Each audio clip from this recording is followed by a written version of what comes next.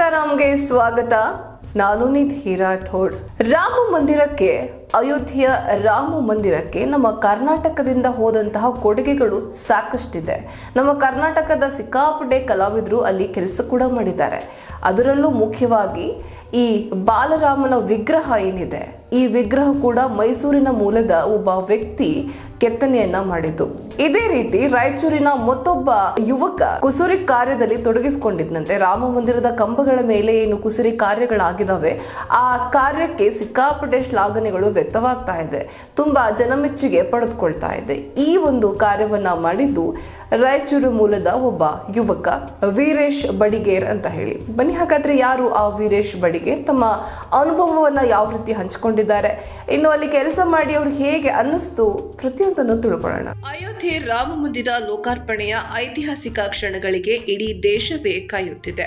5 ದಶಕಗಳ ಹೋರಾಟದ ಫಲವಾಗಿ ನಿರ್ಮಾಣವಾಗ್ತಾ ಇರುವ ರಾಮ ಮಂದಿರದಲ್ಲಿ ಸೇವೆ ಸಲ್ಲಿಸುವುದೇ ಒಂದು ಹೆಮ್ಮೆಯ ಸಂಗತಿ. ಈ ಸಾಲಿನಲ್ಲಿ ರಾಯಚೂರಿನ ಯುವಕ ವೀರೇಶ್ ಬಡಿಗೇರ್ ಸೇರುತ್ತಾರೆ. ಅಯೋಧ್ಯೆ ರಾಮ ಮಂದಿರದಲ್ಲಿ ಸೇವೆ ಸಲ್ಲಿಸಲು ಕರ್ನಾಟಕದಿಂದ ಒಟ್ಟು 8 ಜನರ ತಂಡ ಹೋಗಿತ್ತು. ಅದರಲ್ಲಿ ರಾಯಚೂರು ಜಿಲ್ಲೆ ಮಾನ್ವಿ ತಾಲೂಕಿನ ಜಾನೇಕಲ್ ಗ್ರಾಮದ ನಿವಾಸಿಯಾಗಿರುವ ವೀರೇಶ್ ಬಡಿಗೇರ್ ಕೂಡ ಒಬ್ಬರು. ಅವರು ಅಯೋಧ್ಯೆ ರಾಮ ಮಂದಿರದ ಗೋಪುರ ಗರ್ಭಗುಡಿ ಮುಂಭಾಗದಲ್ಲಿ ಅಕ್ಟೋಬರ್ 20ರಿಂದ ನವೆಂಬರ್ 25ರವರೆಗೆ ನವಿಲುಗಳು, ಗಣೇಶ ಹಾಗೂ ಕಂಬಗಳಲ್ಲಿ ಕುಸುರಿ ಕಾರ್ಯವನ್ನ ಮಾಡಿ ತಮ್ಮದೇ ಆದ ಸೇವೆಯನ್ನ ಸಲ್ಲಿಸಿದ್ದಾರೆ. ಮಂದಿರದ ವಿವಿಧೆಡೆ ತಾನು ಮಾಡಿರುವ ಕುಸುರಿ ಕಾರ್ಯದ ಬಗ್ಗೆ ಮಂದಿರದ ಸ್ಯಾಂಪಲ್ ಮೂಲಕ ವೀರೇಶ್ ಅವರು ಕ್ಯಾಮೆರಾದ ಎದುರುಗಡೆ ತಮ್ಮ ಅಭಿಪ್ರಾಯಗಳನ್ನ ಹಂಚಿಕೊಂಡಿದ್ದಾರೆ. ರಾಮ ಮಂದಿರದಲ್ಲಿ ಕುಸುರಿ ಶಿಲ್ಪಕಲೆ ಕಾರ್ಯ ಮಾಡಿದ್ದು ಅಳಿಲು ಸೇವೆ ಎಂದು ಹೇಳಿಕೊಂಡಿದ್ದಾರೆ. ಅಯೋಧ್ಯೆಗೆ ಕುಸುರಿ ಕೆಲಸಕ್ಕೆ ಆಫರ್ ಬಂದಾಗ 1 ವಾರ ಚಡಪಡಿಸಿ ಭಯ ಉಂಟಾಗಿತ್ತು ಎಂದರು. ಇನ್ನು ಮಂದಿರ ತಲುಪಿದ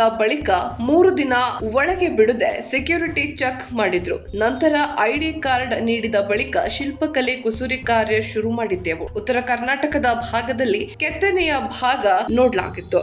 ಇದು ಸ್ಯಾಂಪಲ್ ಕಲ್ಲಿನಲ್ಲಿ ಅಚ್ಚುಕಟ್ಟಾದ ಕೆತ್ತನೆಯನ್ನ ನೋಡಿ ಮಂದಿರದ ಕಂಬಗಳಲ್ಲಿನ ಎಲ್ಲಾ ವಿನ್ಯಾಸ ಕುಸುರಿ ಕೆಲಸಗಳನ್ನ ಮಾಡಲಾಗಿದೆ. ಶಿಲ್ಪಕಲಾ ವಿಭಾಗದಿಂದ ವೀರೇಶ್ ಕಾರ್ಯಕ್ಕೆ ಮೆಚ್ಚುಗೆ ವ್ಯಕ್ತವಾಗಿದೆ.